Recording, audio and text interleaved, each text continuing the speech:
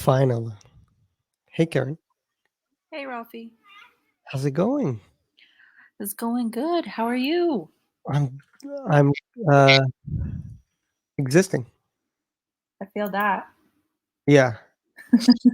It's I'm tired. I'm tired. It's almost 1 and you know how it's like teaching workshops. I'm elevated heart rate. Let me just leave it at that. I feel you. Yeah. All right.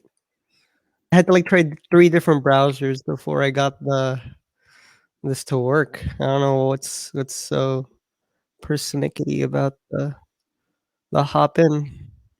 Yeah, I've noticed that a lot of people hosting workshops have had issues with it. Not sure why, but Something about the way that it streams video and audio on the text devices it's not programmed that well. yeah. But anyway, I took a nap earlier today in the afternoon, so I should be okay. For staying up until 2 talking to people. All right. Yeah. Oh man.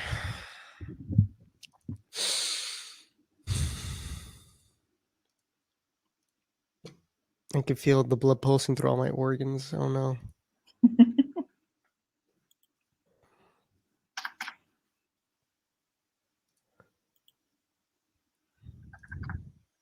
You've been helping to like coordinate all the workshops, right?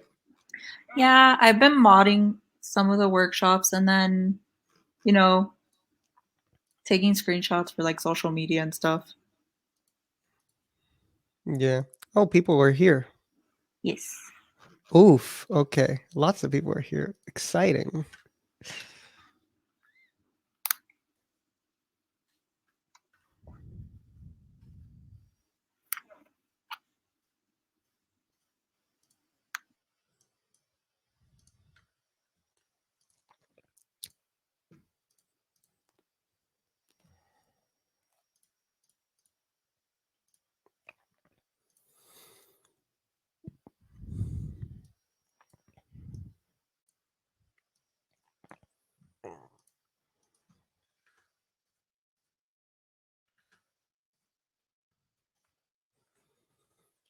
Okay.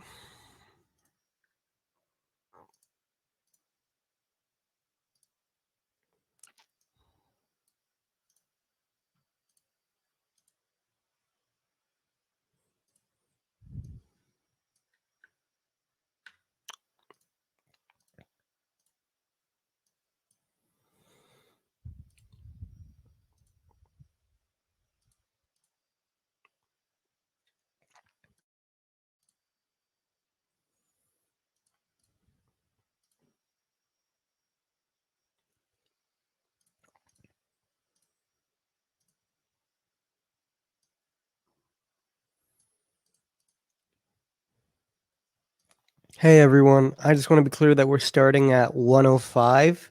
I want to give a few minutes for people to join in after 1. We're going to be going over hacking servers. So, this is an introductory workshop. Um, you're not going to become a pro hacker in like an hour, of course. This is just me teaching you as much as I can and blasting your brain with a bunch of information in a short amount of time as possible without overwhelming you. So, yes, I'm sorry, Jackson. You can't master an entire field of computer science in an hour. I wish. Not even if you open Kali in a virtual machine once. Once, yes. Unfortunately.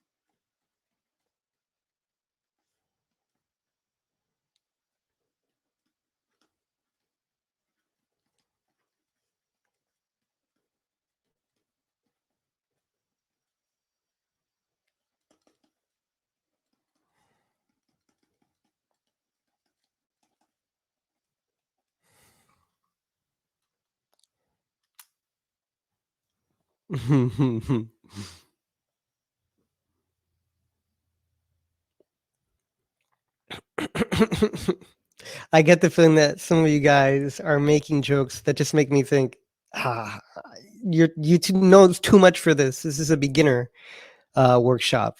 I'll keep that in mind.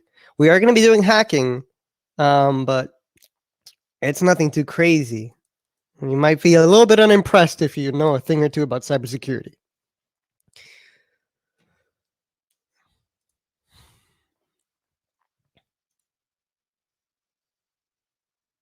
Hacker.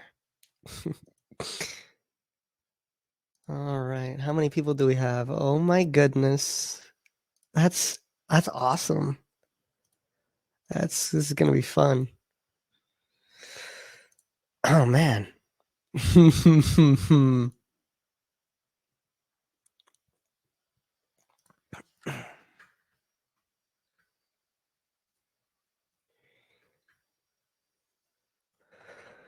Okay. Here we go, guys. Thank you for staying up until 1 a.m. and taking the time out of your weekend to come over to a hackathon and compete. It's way better use of your time than spending all weekend watching Netflix. So pat yourselves on the back for being productive. And I want you guys to you don't need to download anything. You don't need to be prepared for anything. You guys should be good with a web browser and a terminal. So pretty much what we'll be going over today is hacking, right? What does it mean for you to hack into a server? What is hacking? So before you can understand hacking, you need to understand a couple things about networking. So first off, we have an example server here, right? We have, see if we can load okay, guess that's not going to happen. We have right here a website, example.com, right? So basically, when your web browser connects to a server on the internet, your web browser is like the client, and the server is serving your web browser some HTML and CSS. So I'll teach you guys a cool trick. If you don't know this already, is pretty common knowledge. But if you press F12 on your keyboard, you'll get an inspector, and you can actually see all the code inside of a website. So when you connect to a server, let's go over here to the network tab. I'm going to refresh this so you guys could see.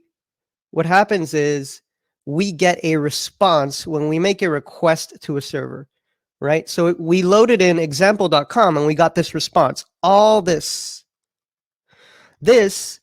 is literally the raw data in the packets going from your computer over to going from the server over to your computer.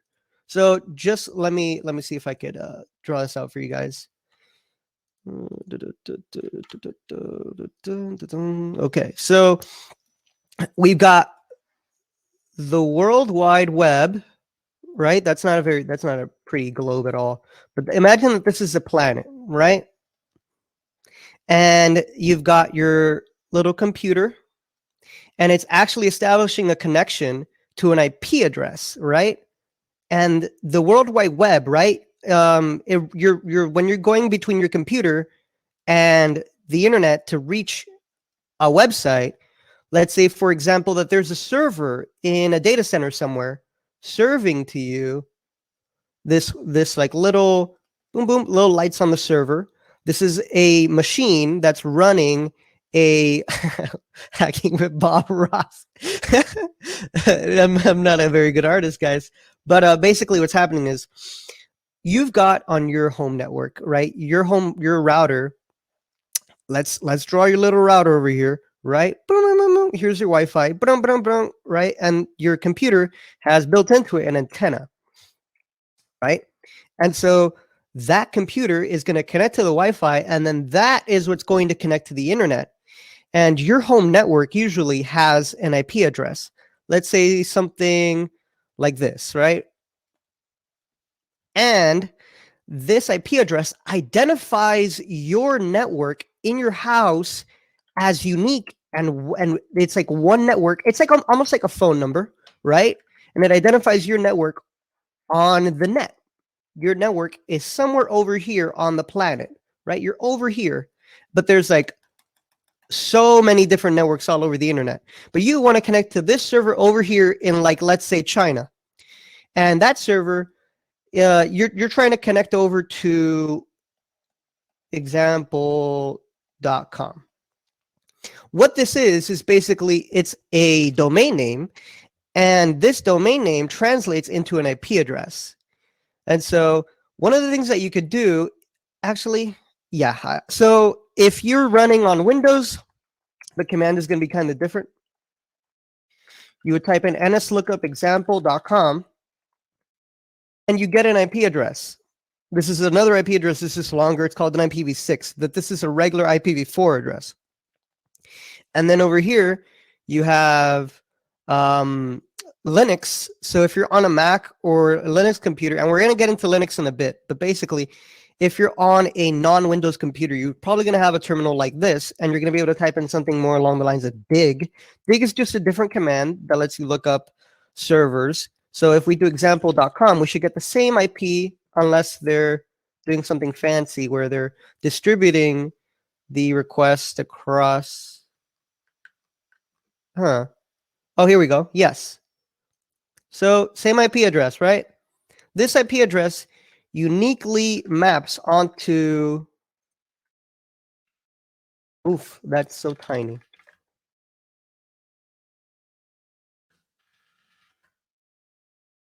This IP address is what translates from example.com using a protocol called DNS. Now, I'm not going to explain all the intricacies of the internet and how that all works, but what I am going to get into is this connection right here, right? What you're doing is that your router is temporary. Impressive paint skills. Thank you. Your router, your home network, is opening up a temporary port for you to get a response from this server on port 443. Port 443 is special because that's the HTTPS port.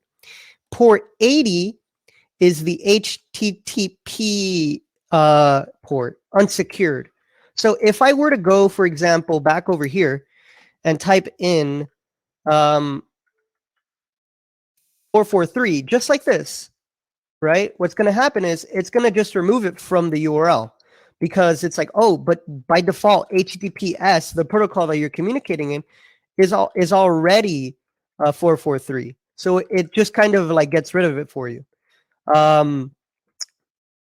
Pretty much what we want to do is make sense of how you can have a connection between one client and a server and exploit the limited permissions you do have in order to do something that normally you wouldn't be able to do.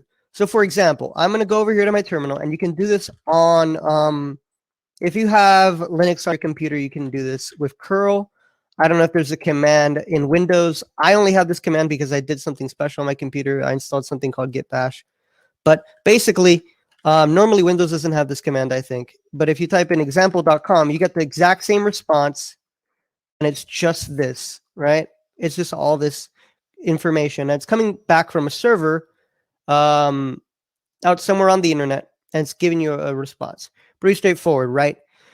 So what we're going to do is, instead of connecting to example.com, we're going to connect from our home network to a server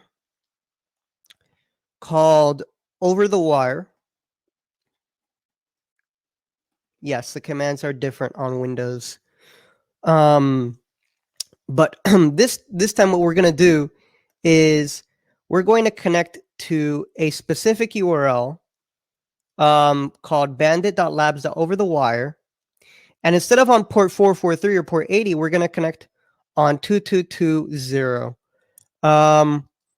And the process of doing this can be a little bit tricky. So basically what Over the Wire is, before we get too deep into this, is it's a website that pretty much teaches you how to learn, basically teaches you via hands-on practice and games almost, how to do specific things on Linux. And it's great for learning Linux, and it's great for learning about cybersecurity. So we're going to start off with a very, very simple game called Bandit. Bandit is just a challenge. It's like this war game where you basically have to connect into a server. In our case, we're connecting over here to the Bandit Labs in overthewire.org. It's just a subdomain on top of the normal domain, right?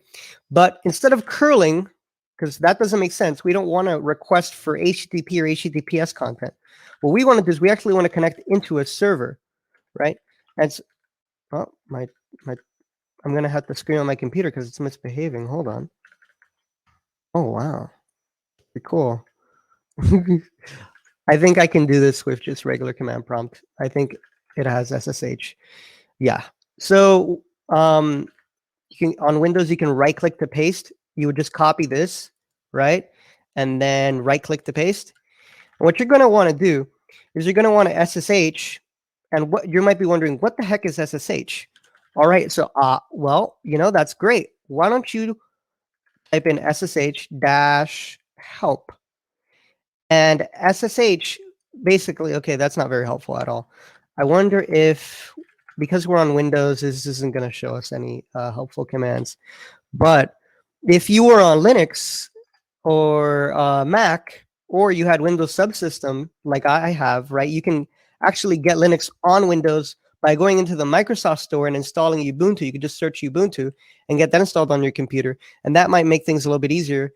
Linux is basically the most popular operating system in the world, and you might be thinking Windows is probably you probably have experience where you think Windows is the most popular operating system, but in fact, the majority of the computers on the internet are servers, not just laptops and phones and desktops. But basically, if you type in man, what the heck is man? Man is short for manual. That didn't tell me anything. But basically here, if you type in man and then a command, for example, echo, display a line of text, right? So basically it tells you all the different things that echo can do. It gives you the manual page on echo. So if I type in echo and I say hi, you see I print out hi, right? But if I type in man and SSH, I get a different manual page.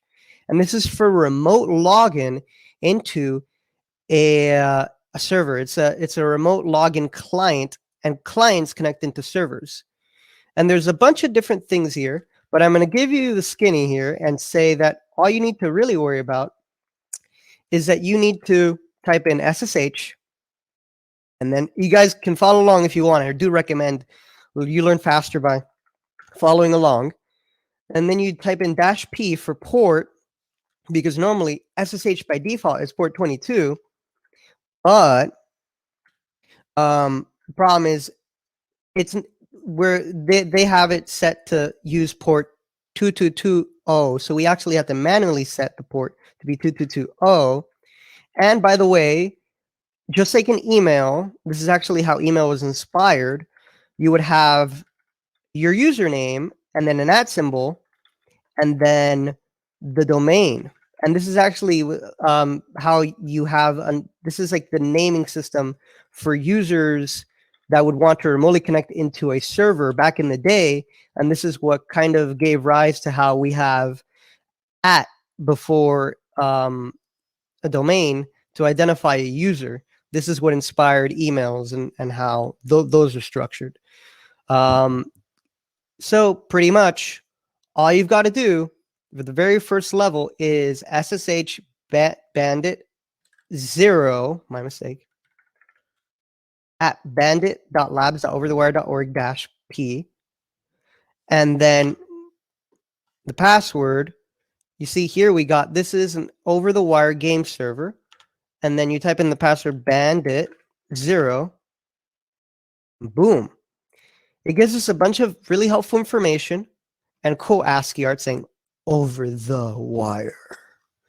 And so it gives you a bunch of explainer information, but right now we don't need to worry about too much. So guys, I want to see if you guys can help me solve this challenge over here. I'm going to get it says everything over here. I'm actually going to post this into here, and you guys can follow along. The username is this and the password is this. This is our first command is this one. I'm going to paste it in. That'll be the first command you type in. Just paste that directly into your terminal, and it should work. The password is going to be bandit0, just like the username. And then you are officially in the server, right? And so it's only one line, Daniel, and it's the one that I just pasted before your current message. All you got to do is paste that one line into your terminal and hit enter, and then you have to type in the password bandit0. So, basically, Bandit is a war game that teaches you about Linux and cybersecurity, and it's the same in Windows. It's the same in Windows, Daniel. This is command prompt. This is Windows. So, when you get stuck, you're supposed to Google or look up the things. Yes, throw the computer into the trash. Good idea. You're supposed to look up commands. It gives you hints and tells you what exactly you should try to learn and figure out in order to progress through these levels. If you can get past all these levels and get all the way to level 34, then that means that you are you're pretty good at Linux and the terminal. So if okay, I see some people are having a bit of a hard time typing the password in. So just to be clear, guys, when you hit enter here, you might get a prompt saying new device, add fingerprint to known hosts, and then you just type in the word yes. Like it gives you options. It gives you options like yes, no, fingerprint. You just have to type. You just have to like when you see it, you type in yes, and then you hit enter, and then it'll ask you for the password.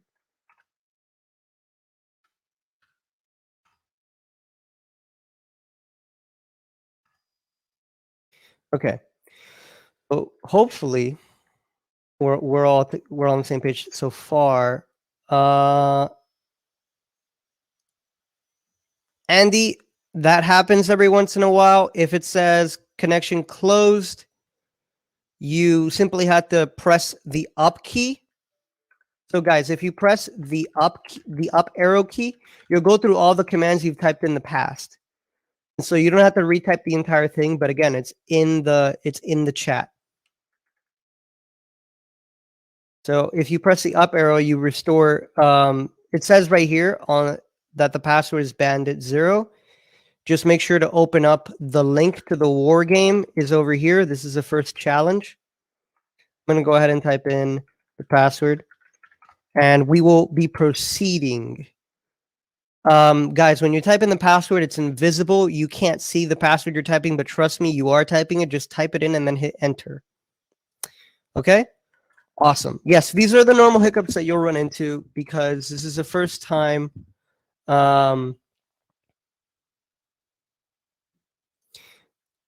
Okay, so I'm getting a lot of questions. Daniel, you want to type in yes.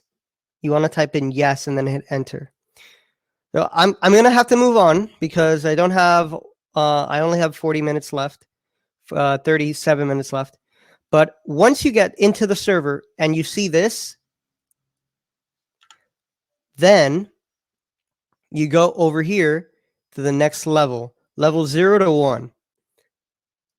So guys, listen carefully. If you see that there's a bunch of ECDSA, Daniel, the thing that you're seeing in your terminal, if you are seeing a bunch of stuff about fingerprints, you're probably going to see something like this. When you see that, just type in the word yes and then hit enter. Literally type in yes and then hit enter. And then it'll ask you for your password. If you get disconnected, just retry connecting with the SSH command. And you can scroll up in the chat for that, but we're going to have to move on. Okay, so first thing we're going to do here is we have to figure out what the password is for the next level. Level the devices don't have fingers. And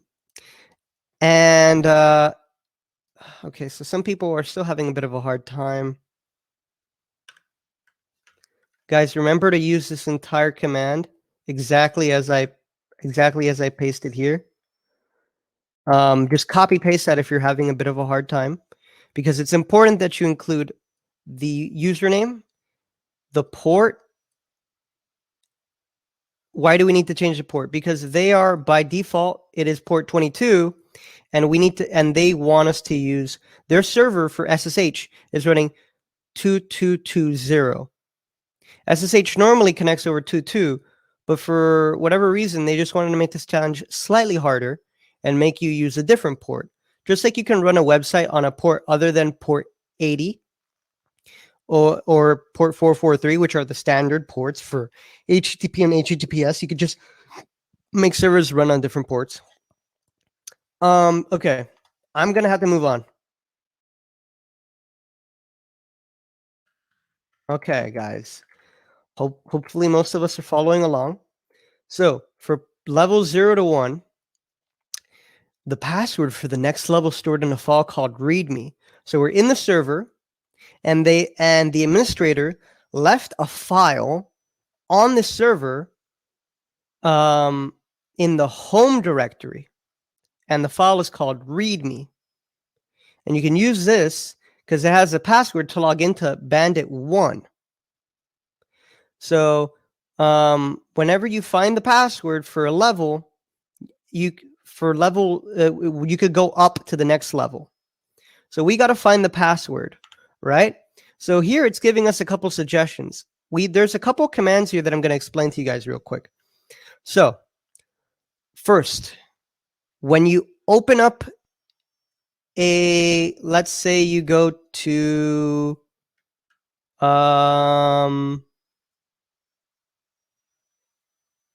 no, let's not go through all my files. Well, I guess it's fine. Over here, I'm in this folder called Euler, right? In my desktop on Windows, right? But I can open up a terminal, right? Let's see if I open up a PowerShell terminal.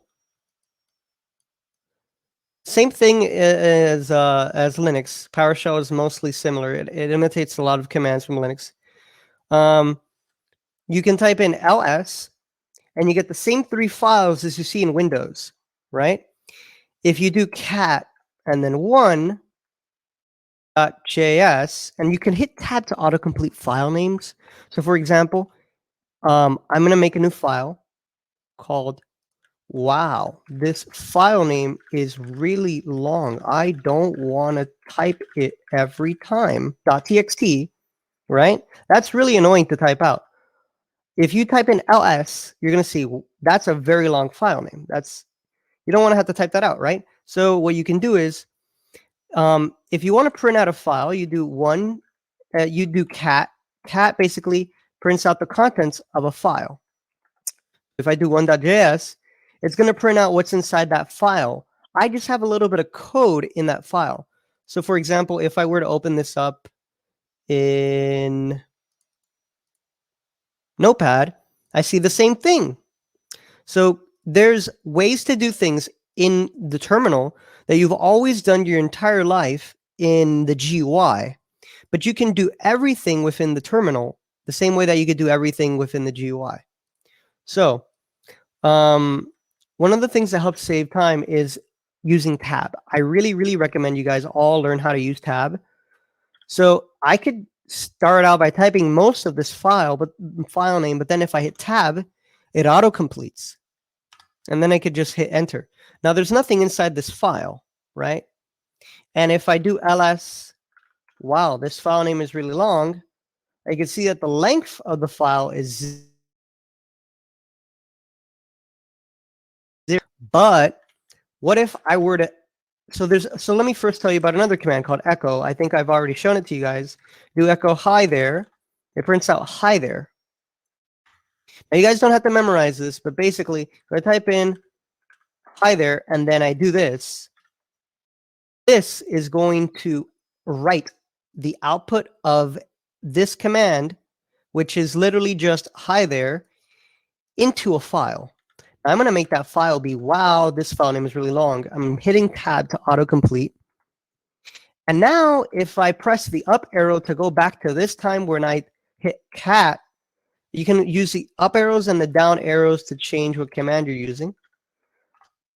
You can see here that now in this file we have hi there. And in fact, if you open it with, oh my goodness, wrong thing.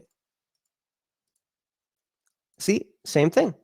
So it's pretty useful knowing how to navigate and control all the files on your computer on the file system, right, of your entire computer with just a terminal. You can do pretty much anything you can do in the GUI in the terminal. So we've learned about a couple basic commands, ls and cat. But there's a couple of other commands that are pretty handy dandy. So let's say, for example, I want to go into, I'm going to open up over here again, PowerShell. I'm going to be in this folder called code. And I have a lot of different folders in this folder, right? I have a lot of little coding projects I've made over the years, but I don't want to be in the code folder. I want to go to the desktop folder. So what I can do is, there's a command called cd to change directory. And I want to go into, for example, there's this folder called doggo, right? As you can see over here, underscore doggo, I could go into that folder and now I'm inside that folder. You see? It tells me what directory I'm in. Same thing over in Linux. If I do ls over here, there's one file here called readme, and if there were a folder here, I guess I'd be able to go into that folder. But over here, there's a couple of other folders. You can see that they're folders because it says D here, which stands for directory. And if you do ls-a on Linux, sorry, ls-l on Linux, it'll tell you whether or not a file is a directory by the first dash, the same way that it says over here. So this file is not a directory. I'm not going to get too much into what all of this stuff means, but basically this means that this file is a directory or not. It also can mean a couple of other things, but I'm not going to complicate it too much. Let's say that you're in Doggo and you want to go up to the code folder. You can do that by doing cd ... and it takes you up a level. So now I'm back in the code folder and I'm no longer in the Doggo folder. So if I wanted to go into the desktop folder, I would do ... slash and then desktop, because if I go up here, I'm in my user directory, and then next to my user, inside my user directory, I could go into my desktop. And so now I'm in my desktop. So enough of that. You guys now know these three commands, very important commands. We have a README folder here. What command do you guys think I need to type in order to look at what the password is inside that file? Meow. I see you all saying cat, cat, cat. Correct.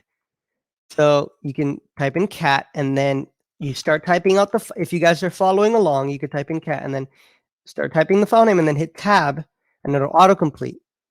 And then you hit enter. And you can see the password. I'm not going to get into Vim, but basically it's, man, I'll get into that in a second. So over here we have the password for level 1. Okay, guys, we found the password that the administrator left here in this folder, and we can now use this and go into the next level.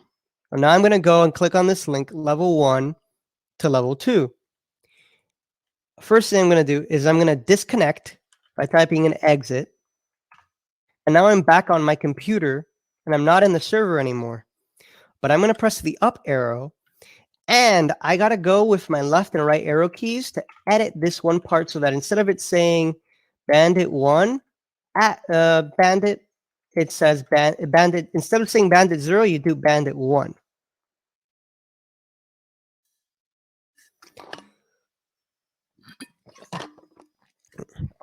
All right. So, all right, guys, I had to drink a little bit of water there. We're gonna. Is everyone on the same page with what we just did? We printed out the README file after looking at all the files in the folder we were in. We saw that README was in here. We printed it out, and here we got the content of the file. So, what you guys should be doing as you follow along is keeping track of all of these little passwords. So, for Bandit 1, right, to log into Bandit 1, I am going to instructions unclear. I think my system is compromised. Good. Okay. That you're doing it correctly. If you're getting hacked, you know you're doing something right. All right. So here's the password. And now we are going to log into the next level. Remember, all you need to do is change bandit 0 to bandit 1. I'm going to hit enter here. I'm going to copy this password. And I am going to, on Windows, you right click to paste. So even though you don't see anything, if you right click, you've pasted the password in. And then when you hit enter, boom, you're logged in. And you're in like a higher privilege user account now. All right. So is everyone following along? Does that make sense?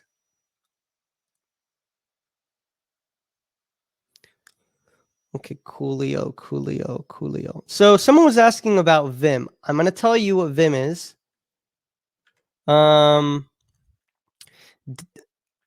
yes, there are multiple solutions for each level because of the fact that you don't need to, like, multiple commands. There's like a bunch of commands that do the same thing.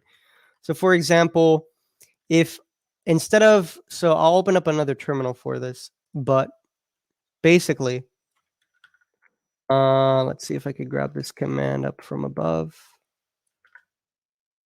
I'm going to go back into Bandit 0 just to show you guys something. There's a bunch of different commands, right, to show what's inside of a file.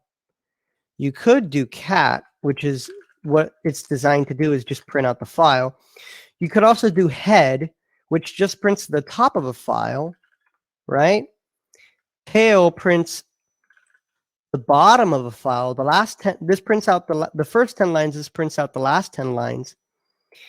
There's another command called vim that doesn't just print out the file, but actually lets you edit the file. And so over here, I'm seeing the contents of the file in an editor. But as you can see here, because you're not allowed to edit these files, it says read only. I don't want you guys using Vim because you might get a little stuck. So avoid using Vim. If you do get stuck using Vim, just say so in the chat. Someone will help you. But pretty much, let's move on to level 1. Okay, so guys, we've hacked into the server. We have a password that we're not supposed to have. And now we're in a higher privileged user account. And next thing we got to do is find the password that's stored in a file called dash.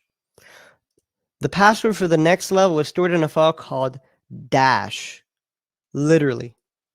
And it's in the same directory, the home directory. So let's do ls. Here I see the file. It's called dash. All right, so let's print it out. Normally you do cat dash, but there's a bit of a problem here. If you do Control C, you'll cancel the command.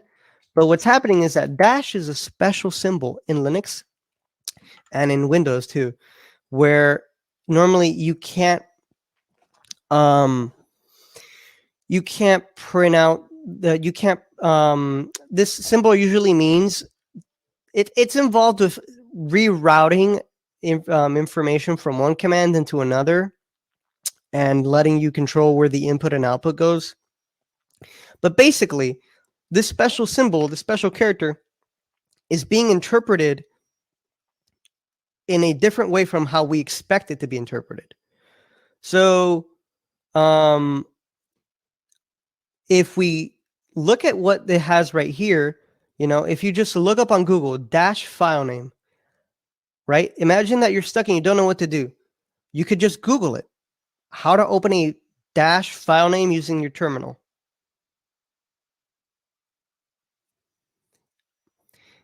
And here someone explains it very clearly. This type of approach has a lot of misunderstanding because using a dash as an argument refers to standard input and output, which was what I was explaining.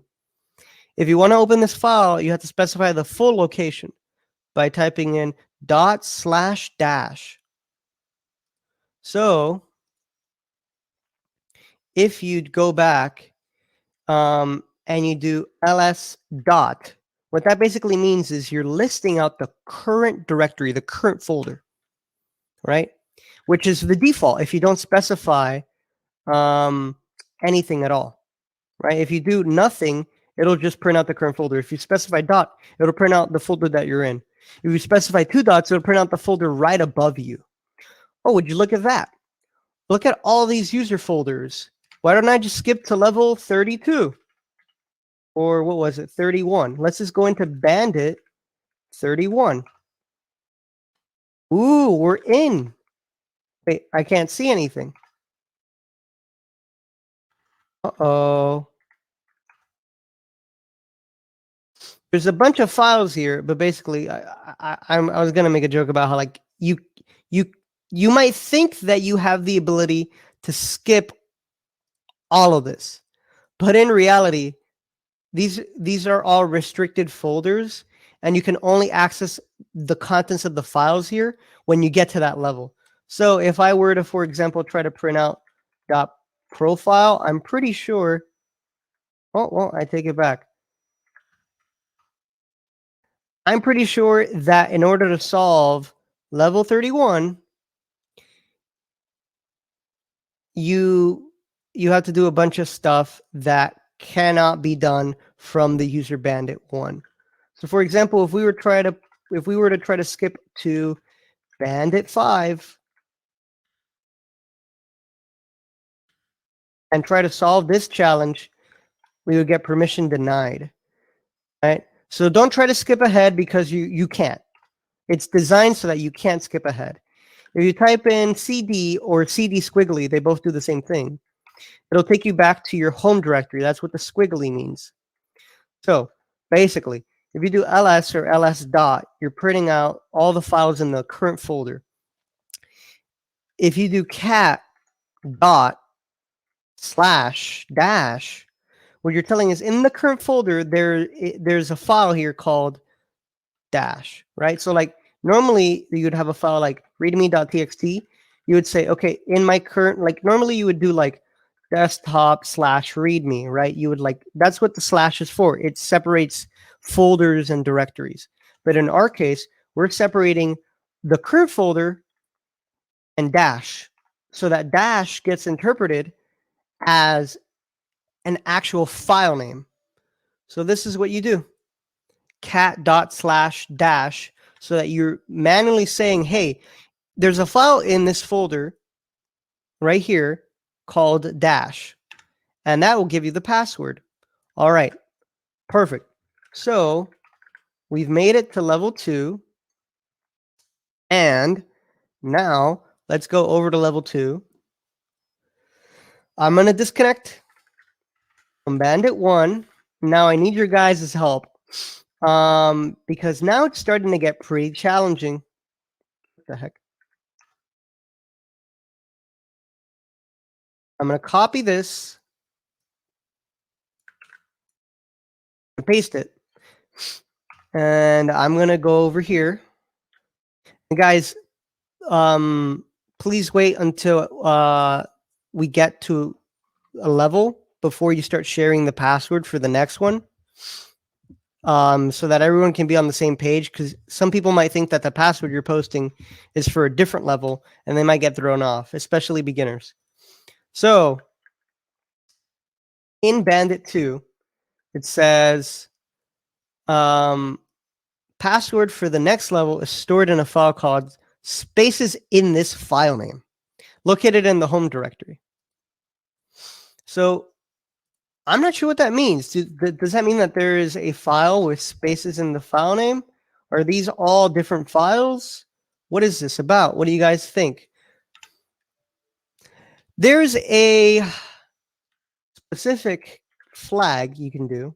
I'm going to go open the manual page for ls.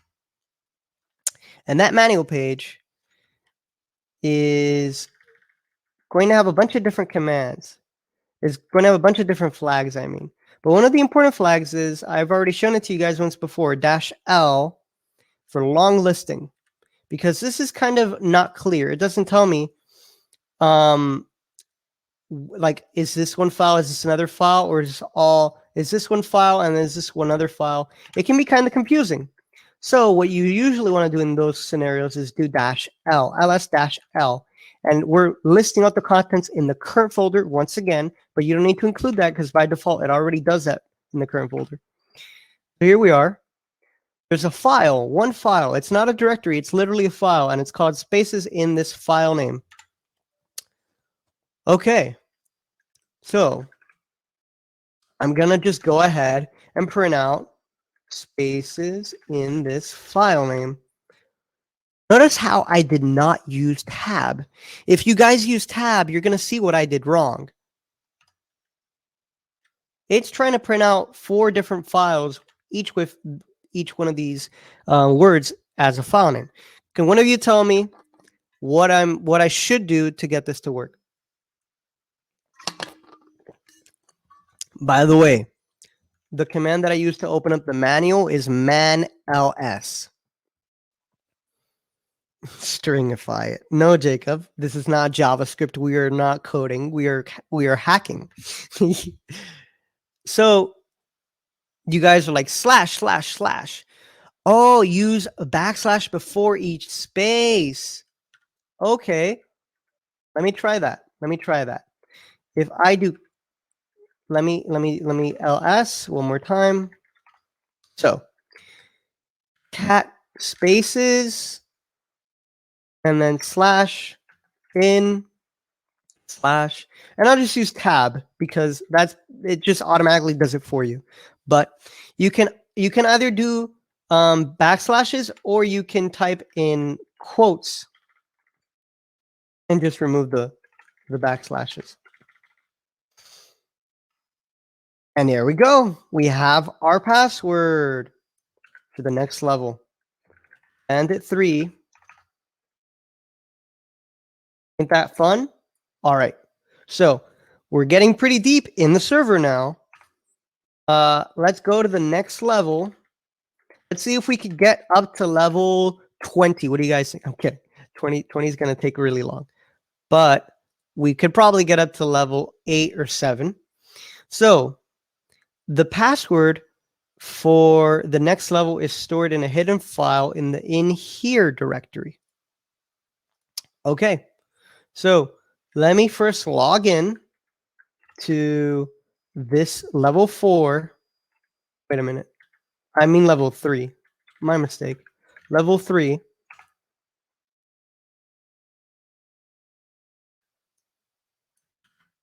I'm going to right click to paste the password.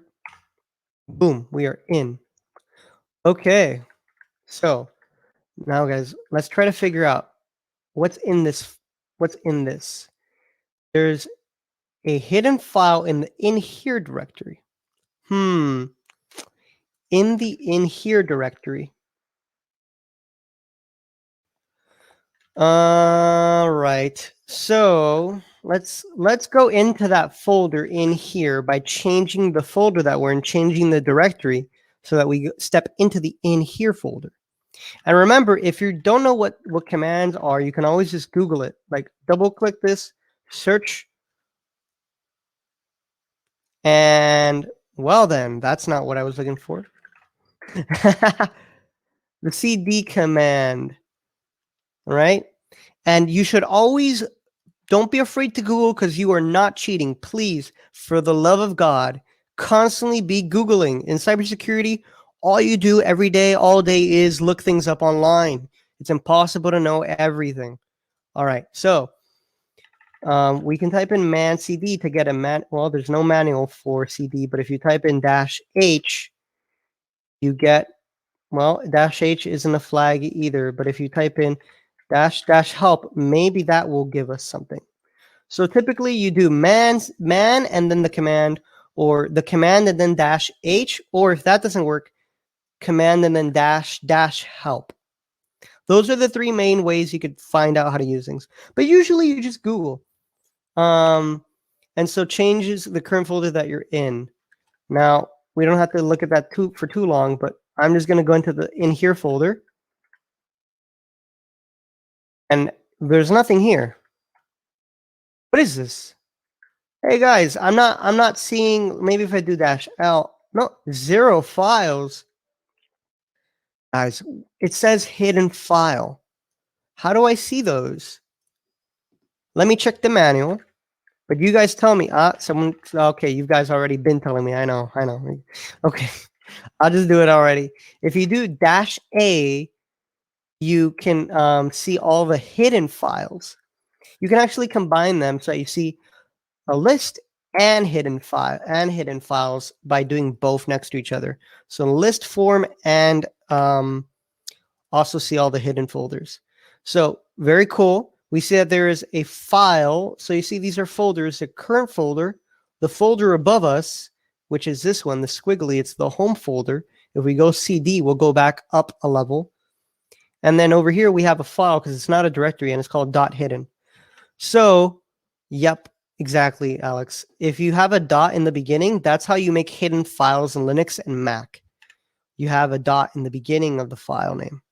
So what we're going to do is we're just going to print out the .hidden. And here's the password. Check that out. I'm going to copy that with Control-C and bandit 4. Password is that one. Exactly.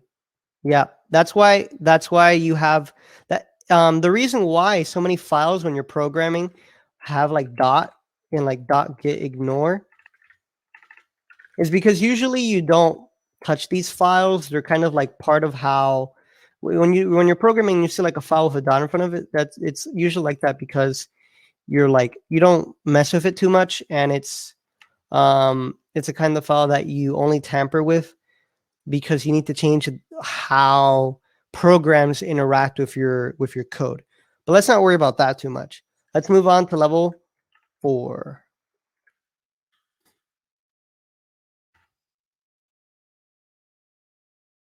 Yes, sure thing, Noah. And honestly, you don't need to save all of these. You just need to save the latest one you're in so that you could, like, like a checkpoint. You could return where you left off. Yeah. All right. So we are on level 4, guys. Now you got to tell me, what is this? The password for the next level is stored in the only human readable file in the in here directory. What? What is this talking about? There's a folder called in here. Let's go into that. And then let's look inside. Huh? What are all these files? Let's use that command that we learned to see if there's anything hidden here. All right, we have a bunch of files here. -file00, -file01. What? It's stored in the only human readable file. All right, so I'm a little bit lost, guys. What do you think this is? So ls.l is for listing, ls-a is for hidden files. So let me just explain. You list, right? And then with that, without a dash or without anything, you're just listing them like this. With this, with -l, you're listing them vertically. With -a, you're listing all the hidden files. So normally you don't see this, but you have the current directory and the parent directory right above us. We have to check each file. Good idea. Let's check each file. So let's start out with file 00. Oh, because we're using a dash, it thinks that we're trying to give it a flag, like how we were doing with ls when we were doing ls-l. But we don't want to give a flag. We literally want to look at the contents of the file called dash file00. Do you guys remember how to do that? To ignore the dash and to actually read it like a file? That's right. /dash file is the easiest way to do that. Oh, looks like a bunch of gibberish here. What about if I press the up arrow to get my command back, but I just changed it to be 01? Bunch of gibberish. Very cool. Let's keep going. Wow. Exciting. I wonder what's going to be in the next one. Just a question mark? All of these have a lot of gibberish in them. Let's go one by one. Ooh, this one's it. All right. Cool.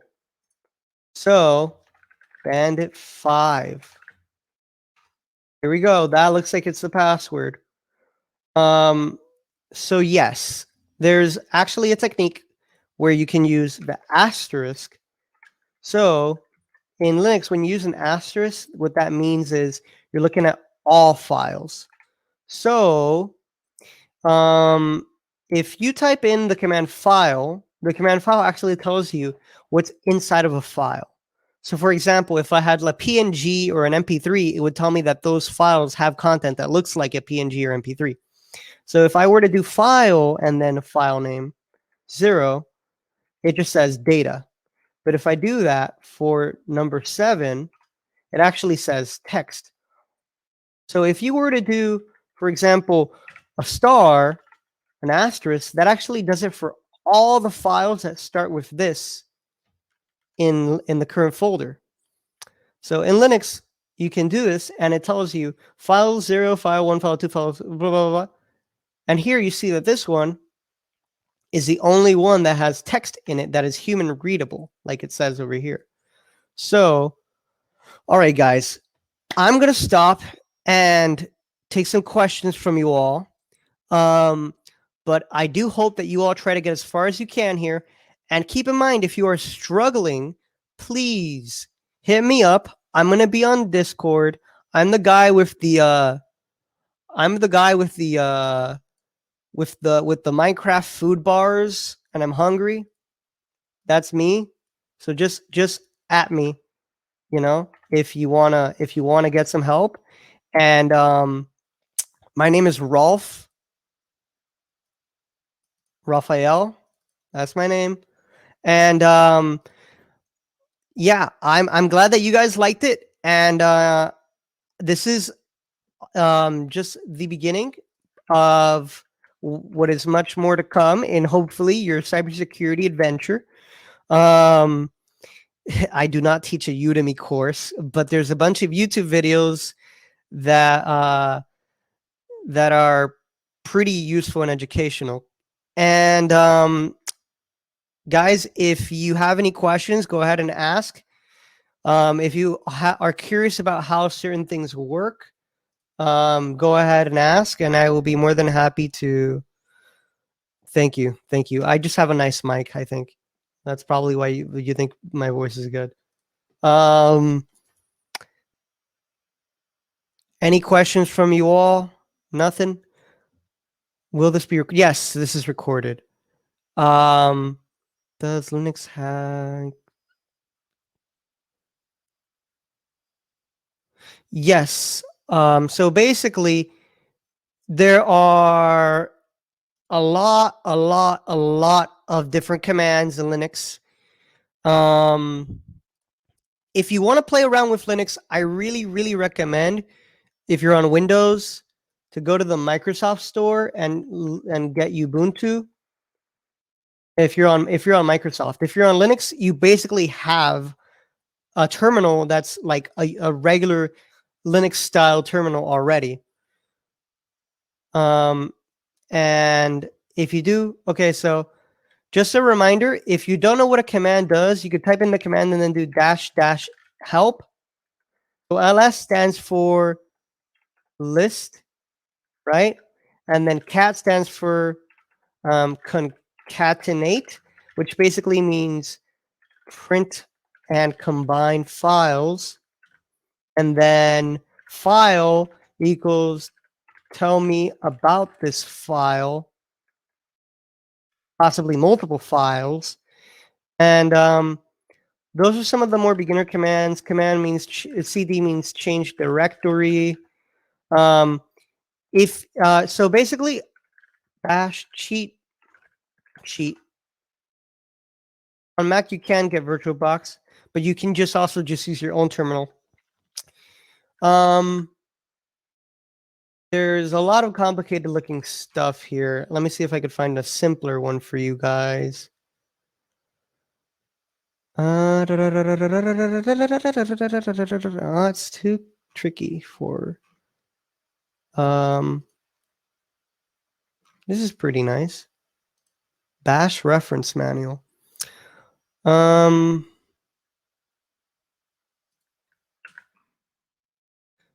honestly, guys, Bash cheat sheet. There's got to be a really good, simple, easy to use cheat sheet for y'all. I'll post one in the channel, in the chat just right now. Here's one. This is a really nice one. So one of the other commands that's pretty handy dandy is pwd. It tells you what directory you're in. So it tells you what folder you're in. So if I go into desktop, oh, I don't have a desktop here.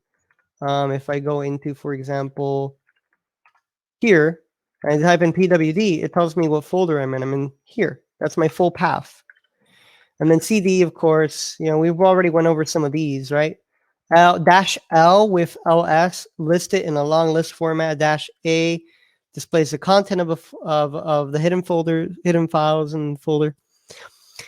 And then there's make directory so that you can actually literally make a folder. So for example, if I'm here and I do make dir horse, I now have a folder called horse. I made a directory and I can go into it. There's nothing in here, but I can also use a command called touch to make a new file called note. And now if I type in ls, I have the note file here.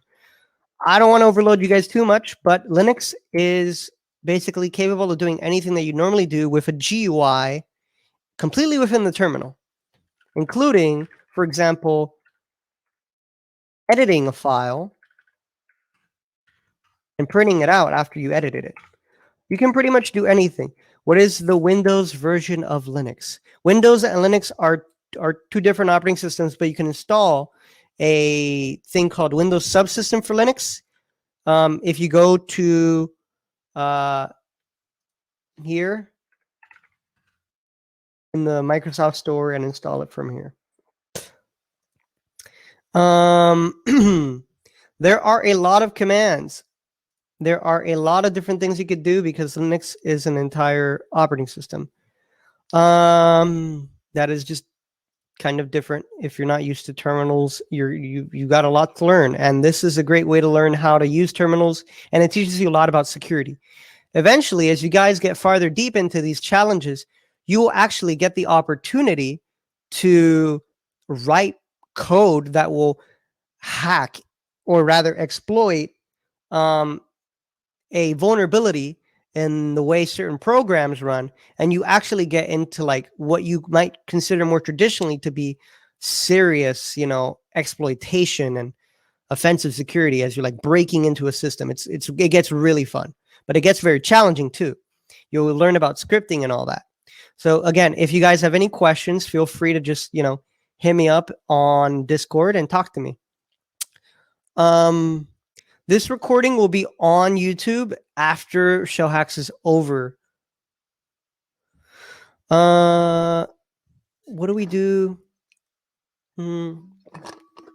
So if you want to continue, remember, you've gotten this far. If you have the password, you can come back over here and just SSH as bandit 4, and then remember to put in port with -P of 2220. Let me see if I could I'll just type that in again one more time.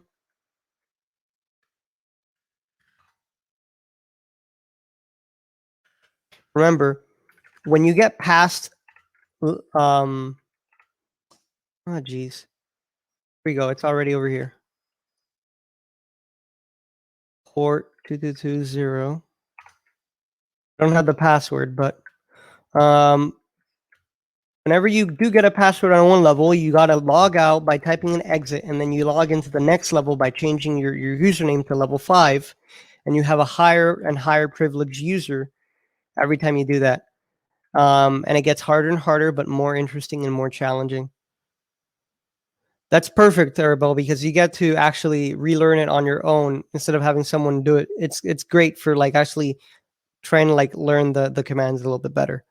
And there's honestly so many different ways that you can solve the challenges because of the fact that you can oh, someone pasted it.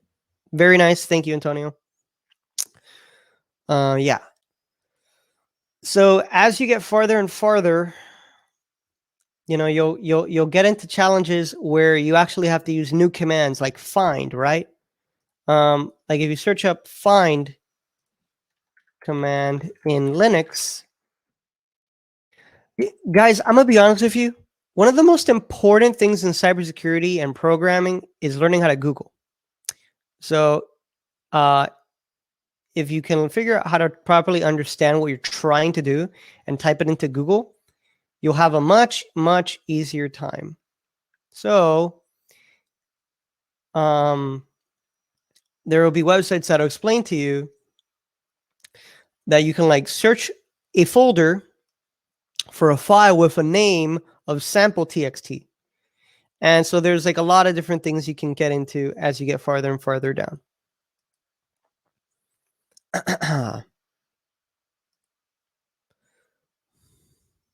No, there is no software engineer. Just someone copying from Stack Overflow. Yeah.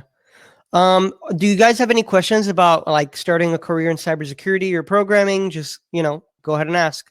Anyone in the chat curious about the field, how it's like getting a job in cybersecurity, what kind of things you should learn before what kind of certifications, what kind of things you should do, how to get a job doing this specifically. You mean hacking, like getting a job hacking into computers? Yes. So Arabo actually asked a question that's pertinent to what you asked, Jacob. Pen testing is basically a field where all you do is hack into computers. It's called penetration testing, and basically what that is you're penetrating into a network that you're not supposed to be getting into, and it's a little wacky graphic, right? But basically, you're the hacker and you're penetrating through the firewall, right? Not literally, but like you're bypassing security measures and systems in order to get into network or bypass some kind of mechanism. And Arabelle, yes, this would help you get into pen testing because Over the Wire is basically a website that not only has things on Linux, but also on hacking into websites. So for example, if you go over here to Natas 0, the first challenge in Natas 0 is you can find the password for the next level on this page. And so instead of hacking into a Linux SSH server, you're actually hacking by finding vulnerabilities in a website. So if you inspect the HTML in this web page, you could see some of the HTML here, and maybe somewhere in here you could find the password and try to progress to the next level as well.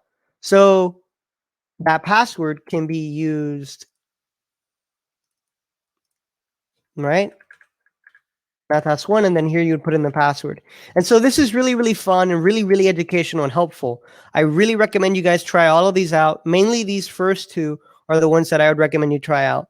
First, try to get your head wrapped around Bandit and get good at Googling. That's really, really, really, really important. And yes, you're right, Jacob. you're not usually just hacking via one method. Cybersecurity is one of those fields where you need to be good at everything. A jack of all trades does better than someone who's a master at one. So if you're the kind of person who likes messing around in a lot of things, but doesn't like spending too much time in any one thing, cybersecurity is probably the go-to for you. Just keep in mind there's a lot of competition because a lot of people like the idea of hacking. So there's a lot of people who are really, really, really good at it. So just get used to the fact that you might not be the best unless you really dedicate yourself to like learning and spending a lot of time studying hacking. Um, is there like a Q&A? Do you have a YouTube channel? No, I don't. When is a hide your IP session? Okay. I don't know how many people are still here, but if you want to learn how to hide your IP, basically what you do is you get a VPN. Um, where is the video going on YouTube? So best VPN services. These are kind of wacky, but there's a couple that I recommend. Molvad, PIA, VPN, and Tor. So Molvad is a great VPN, and it's pretty secure. Um, it's $5 a month, I think, or €5 a month. And where is the link going to be? If you look up on YouTube, UPEFIU, I'm pretty sure you could find it. The videos, all the workshops are going to be here after the hackathon is over. The Molvad VPN is a great VPN. It will protect you from, like, if you go to ipchicken.com, which is a website that I like using because it's memorable, you can see your own IP address. And every website that you go to can see your IP address. And if you want to protect yourself from that, because an IP address can identify where you are, if you take an IP address, you put it on your clipboard and you go to ipinfo.io, for example, it's one of the websites that, like, you type in an IP address and it gives you a bunch of information. Would you look at that? This is saying that I'm in Illinois, Chicago, but I'm not because I'm on a VPN, right? Also, there's PIA, a great VPN. Another really good one. They've been taken to court, and because they don't log anything, the FBI was demanding that they would post stuff about, like, to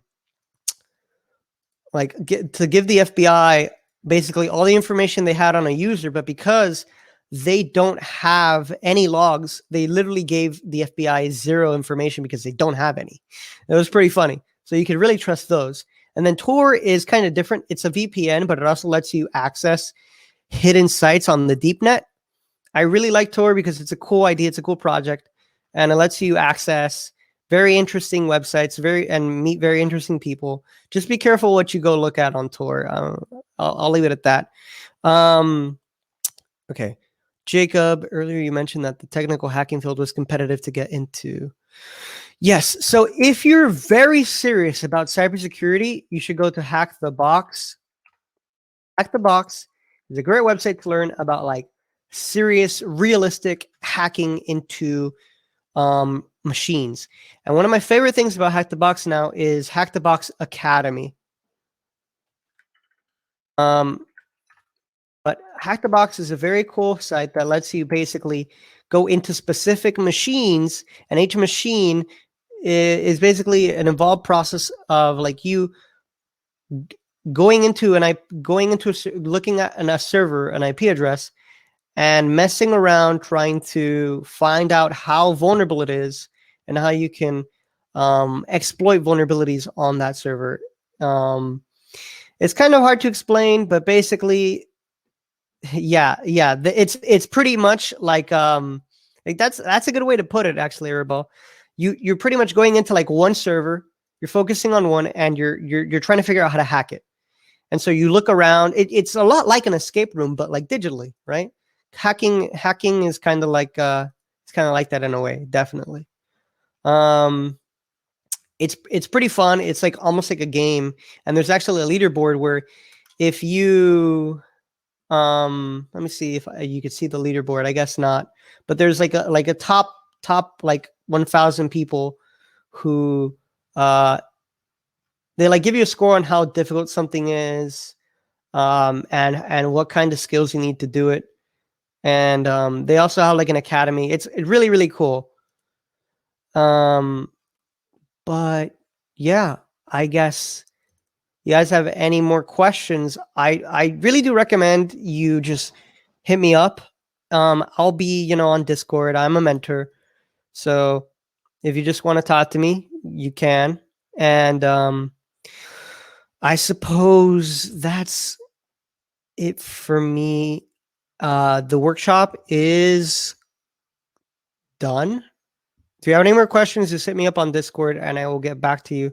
My Discord name is the hungry the Minecraft bars. Rolf Hungry.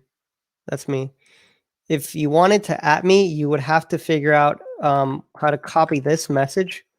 Copy that message. That's my Discord tag. And